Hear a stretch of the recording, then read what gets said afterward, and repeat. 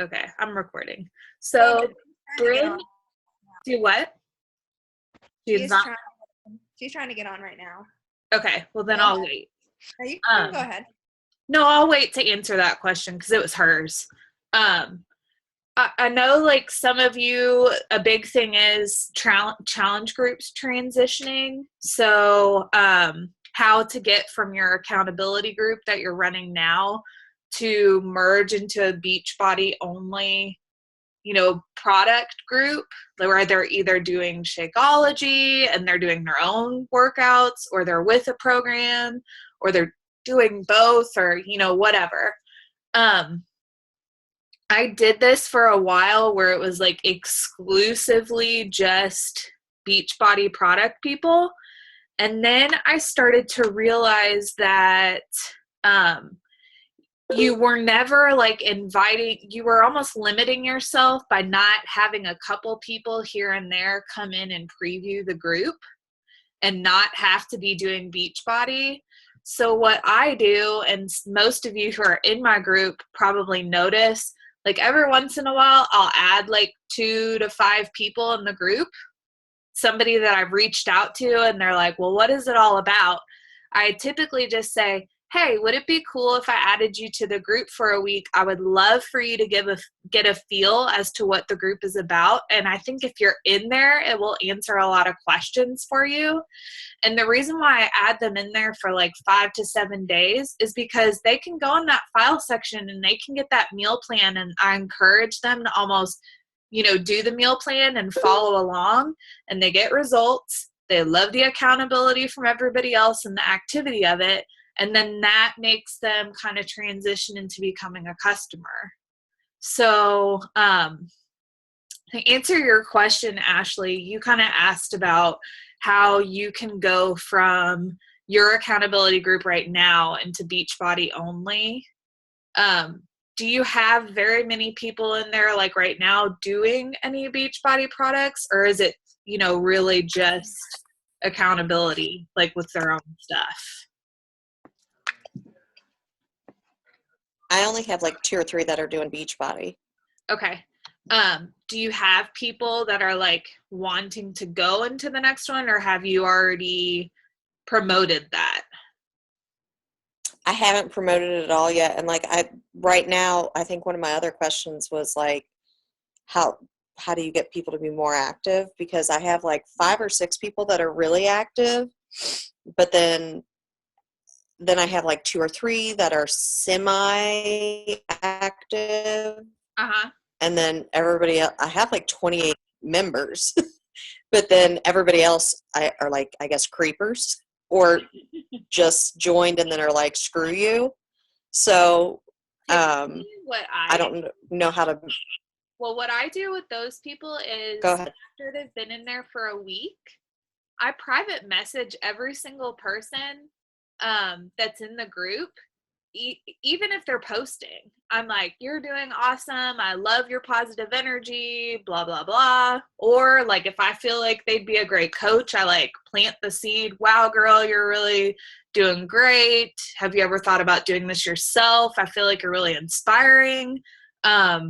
Or if it's somebody who's really quiet, I say, how are you liking the group? I know you don't post very much. Maybe it's because you're really busy, but I love having you in here and giving you the support. Is there anything that I can do for you? Sometimes people like will literally, I had a couple, months where people just sat in the group and they just watched everything. I mean, Amy, I think you can attest to it. Like when you were in my first group, you just kind of sat there. You didn't really you checked in a couple of times, but it wasn't like what you do now. And yes, you are a coach, but I think you also were just trying to, figure it all out and just kind of get a feel for everything and see how it all works. And I think a lot of the times that is what people are doing. Think about how you felt the first time you were in a challenge group. Mm-hmm. You were probably either an A personality where you checked in every day because you wanted to get those points. Are you doing a point system? No. I would do that because that's going to get people active. Everybody loves to get points. Everybody loves to win. and so I would maybe go to some kind of like point system and make it yours. You don't have to sit there and count up every single little point. You can tell who's going to be the most active in the group and who's not. And so I would just kind of like, I would try to do something like that, and that may get them more active, like post a sweaty after pic, post a pic of your, meal that you made today. Like, and every one of those posts gets points. So it's going to make your group more active. It's going to get people more comfortable and think, oh, okay, well, I can post that kind of stuff too. Not everybody's comfortable of taking a picture of themselves like, I just worked out, So you got to make them, it's almost like you're teaching them in the accountability group what they can do. And then in that second group, it's like they get it and they either start posting, or they could be, I've got like 45 people in, the pile group, and I've got like 40 something in the other group, and maybe 10 people consistently post. So you're never going to have every single person post in there. It's just not gonna happen. Like some people literally just are in the group because they like getting the notifications and seeing it in their news feed, and that's what reminds them to work out. So right, that's a way to get people more active, is to create a point system. Another thing that I do sometimes is like I'll ask a question, and I know Amy's group was doing this, and I know Erin, you have too, and Missy and Andrea is really good at like asking questions in the group, like non-fitness related questions. What do you do for a living? Where's your favorite place to vacation? You just kind of do like little pop questions like once a week to kind of get people comfortable and getting to know each other. okay. Another thing that I've done is I've had like where I make a video of myself talking, and that's my post for the day, whether it be what I'm thinking, or I give people a pop challenge, plank in a weird location, or things like that. Like, get people to have fun with it as well as using it as an accountability group. So, do you feel like those are some things that would be helpful? Definitely. Okay. Yeah, thank you. Yeah, no problem. So another question that you all had was, this is you, Ashley. You had a lot of really good questions. It was, besides the 3 vital behaviors, what else do I do? And I'm going to ask Lauren to kind of share what she does as well. What do I do as a coach to be successful? In the beginning, I literally just did the 3 vital behaviors.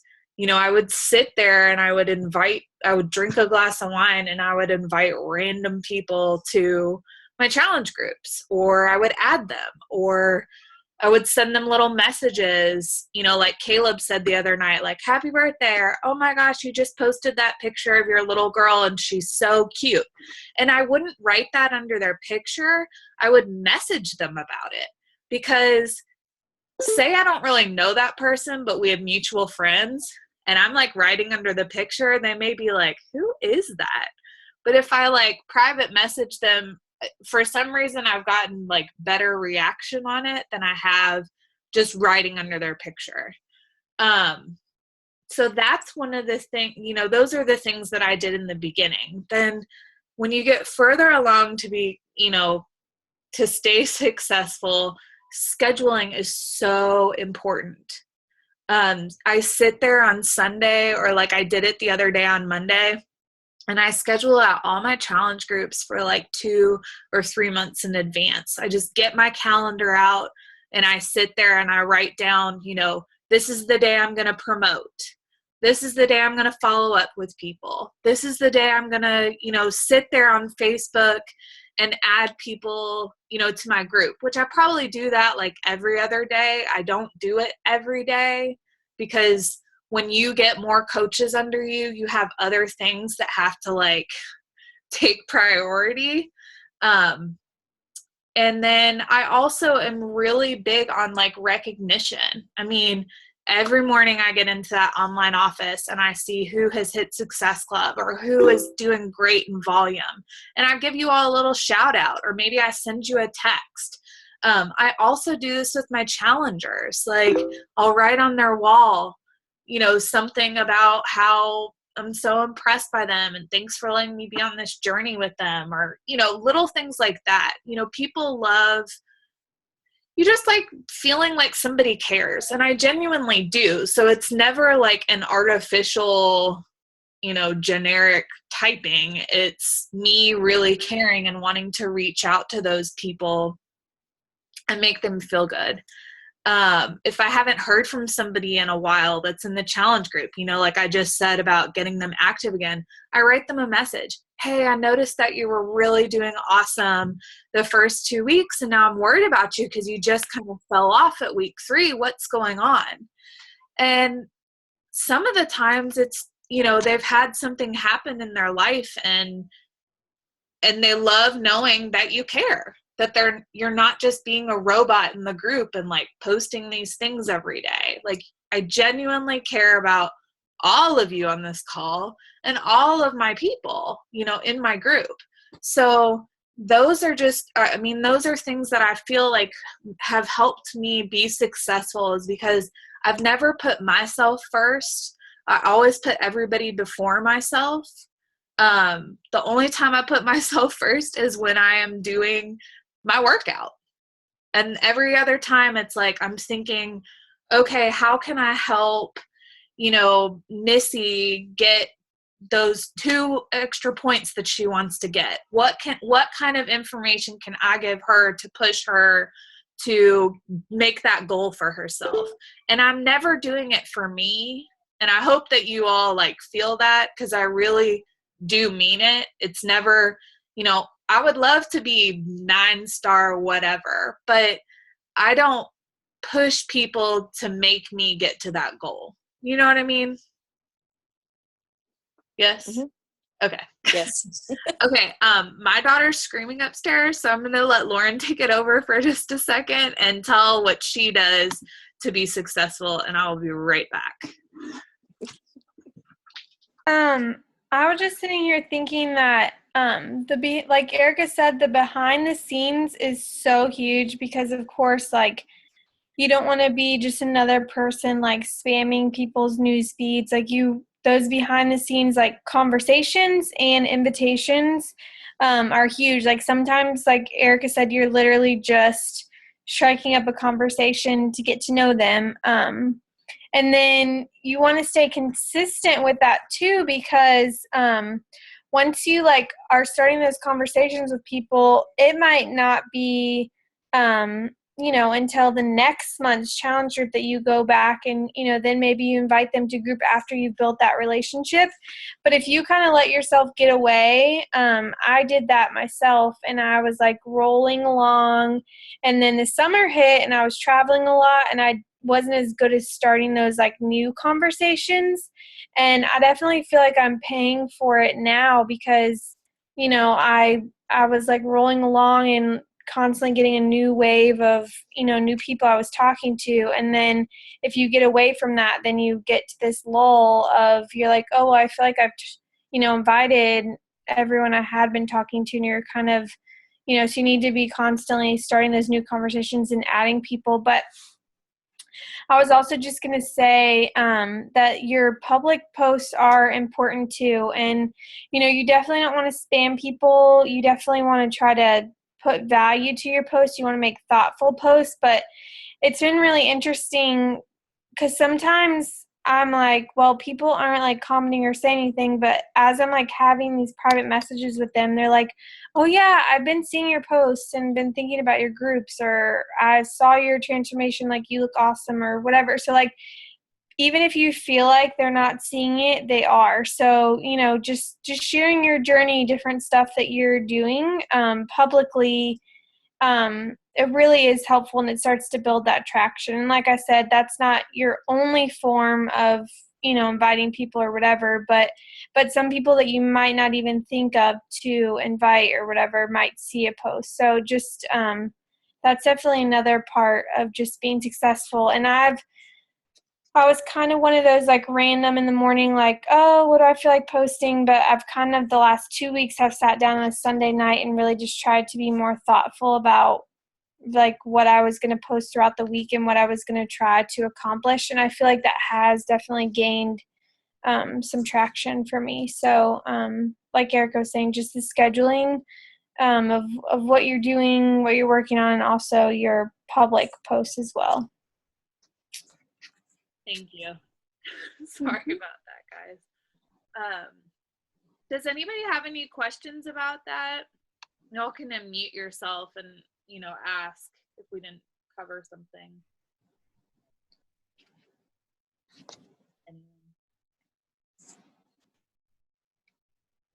No. I lost my sound. Oh, there you are. Oh, did you say my name? No. But, I thought you said Amy. Sorry, my sound went out for a second. No, I was just saying, do you all have any questions about that? What we just talked about, like being successful and the 3 vital behaviors. Did that kind of answer your question, Ashley?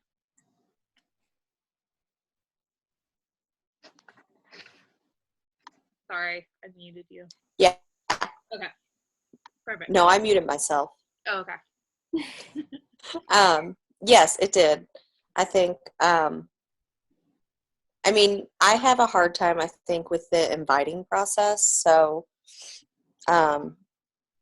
going beyond, like, the people that I've already invited, like, I went through, like, my list and everything. So, I struggle with, like, 2 to 3 people a day. I'm like, where am I going to find these people? So, expand your network, and then, like, so say every day you go on to your friend list and you're already working off that list of 100. mm-hmm. You go to that list of 100 and you go to one of those people on the list and you look at, who do we have mutual friends in common with? And if it's above 10, I will friend request them. Typically, I try to shoot for like 20 mutual friends, as long as they're not friends with anybody else in like the Beatnik coaching group. Because most likely a coach or somebody has already like approached them. And so that's why you want to try to expand your network and reach out to people that aren't friends with like mutual coaches. Does that make sense? Right. So, you add 2 people to your network a day and you write those names down, and then you make it a point to like kind of start like trolling their newsfeed basically, and see if they post something about like, I'm training for this, or I just had a baby and I can't lose this weight, or I have so-and-so's wedding coming up. And those are the people, put a star by their name, and those are the people that you say, hey, I don't know if this is for you. It's maybe kind of random that I'm reaching out to you, but I run these accountability groups for health and fitness goals, and I would love for you to join us. Okay. Question mark. And then they either read it and don't respond. They respond and say, no, never. I've gotten that. Or they respond and say, who is this? How do I know you? Just something real simple and just real quick like that. Like, I get these messages from these Rodan and Fields and these Miriam people all the time. And they're like this long with like all of this info. And that's fine. But I typically read the first line and then I just like, politely say something back because I know how it feels to do that. But people just want a simple question. Would that be something you're interested in? Question mark. Or I would love to add your name to the list. Boom, like done. So that's how I randomly message people. Okay. Let's see. Is Bryn on? Yeah, I'm on. There you are. I was going to answer your how do you manage it all question, which we kind of might have answered in that whole scheduling thing. Yeah. But that is just really like how we do it. I know that everybody has a different job outside of this in here. Mm-hmm.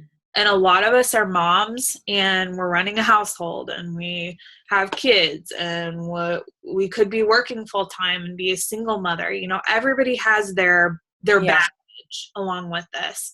And so for people who are really limited with time, I would really suggest like figuring out Buffer or Hootsuite and like, you know, making your posts, like sitting there on Sunday for 2 hours and making out your schedule for the week, even down to the thing where posting on Facebook 2 times a day, like today I'm going to post about this and Tuesday I'm going to post about this, and obviously make it authentic and not robotic. But if you can just pick a day where you can sit there and like knock a bunch of work out, then do that. You know, you don't have to do these things every single day. You could compile them into one day, but that is when I feel bogged down and I get burnout. Yeah. So if I can like schedule it over, you know, a month or 2 months and pick certain days where I, you know, recruit or where I add more people or I just focus on my challenge group or I, you know, I always do personal development every day. That's just like a no. Mm-hmm. That's just so important. Like if you're not doing it, start doing it because it really is what helps you to build this business. It just is. So scheduling. I mean, that is just how like some of these top people do it. Like I know you may or may not have heard of Sarah Gobb, but she works like 12-hour shifts or something ridiculous, and she's what 3-star now, Lauren? She just started in like January. Yeah. So it really is just about being consistent and making your schedule. And, you know, we're not asking you to spend 3 hours a day or 5 hours a day on this. You know, if you really pick those things and just do those little things and knock them out and work off a list, you can become successful. Mm-hmm. How do you pick coaches from your group? Well, I typically watch, you know, pretty closely, like within the first week of a challenge group and see who's already posting the most. And then I write their name down and I, you know, write all the names down. And by the end of that week or maybe midweek in the second week, I reach out to them and say, you know, something like I, you know, told you all before. Obviously I change it for each person, but I just tell them that I love having them in the group because I do. And then I just say, this may sound crazy to you, but I think you'd be really good at this. Or have you ever thought about being a coach or doing what I do? So those are just, you know, some of the ways that like I find coaches. I really haven't had much success with making a post saying like, join my team. I don't think I've ever gotten a coach from just doing that. These glance to coaching groups have really helped. The last one that we ran was kind of meh, but I think what needs to happen next time is that you all have really got to like ask people questions and like post in there your experience with how that call made you feel. People need to hear, they probably saw me posting and were like, who is Erika? You know? So, you can get coaches from that. I really have pulled all my coaches from challenge groups, except for Stephanie Brown, who I don't think she's on. No. She was my first coach lead from Beachbody. And I sent her a text. I said, hey girl, I'm so excited you're on my team. I'm your coach, Erika. And, you know, we met face to face through Zoom for the first time last Friday and just hit it off. It's not always going to happen like that, but I am a little choosy as to who I ask. I asked Nikki the other day, like, what is your secret? Like, how do you add so many people all the time? And she literally asks every single person who is on Shakeology for a month if they want to be a discount coach. And she asks every single person who posts, you know, a couple times a day or at least every day in the group, have you ever thought about doing this yourself? She asks every single one of them. And most of the time you'll find those people that are like, I just want the discount. And then eventually they may be somebody who wants to do it. So that's just kind of how I go about the coaching thing a little bit different than she does. Not saying that my way is right and her way is wrong or whatever, but it's what I'm comfortable with and it's what has worked for me. I guess I need to kind of reevaluate it a little bit because I haven't added, a coach in a while besides Stephanie. So yeah, that's kind of how I go about doing that. Lauren, do you have, you've done a couple of those, like join my team. Do you have success with that? Yes and no. Like I've definitely it's definitely sparked some interest in people, or like I've posted about like a new coach training started, I'm really excited about it, or a new coach internship, and then I'll have people like, oh, what's that about? Like, because I know for me, like that's what I saw from Nikki when I like finally was like, oh, I want to do this. She was like, we're starting a new coach training, like if you want to be a part of it, whatever. And I was like, messaged her and I was like, I want to do the training, like whatever. So I definitely have gotten, and I've gotten some random people when I've done like posts about like at the glance in the coaching group that like I didn't even they weren't on my radar at all, and they were like, oh, I want to do it, and I'm like, okay, great. So mostly everyone's come from a challenge group. It's definitely an easy lead in because they like the programs, they like the groups, they know what you're doing. But I definitely have had some interest from some of that other stuff too, because sometimes it's one of those things you don't want to do it all the time by any means, but people might not even know that they could join your team or whatever. So yeah. All right, so we have about 6 minutes left. Does anybody have any questions? Oh, Kara, you asked about making sure your profile was complete. You just want to fill out every single thing on that Team Beachbody homepage. Like under your profile, just fill out every single thing on there to get it to 100%. And if for some reason it's not getting to 100%, get on Coach Live Chat and say, I'm not understanding why it's not. And they will tell you what you need to do.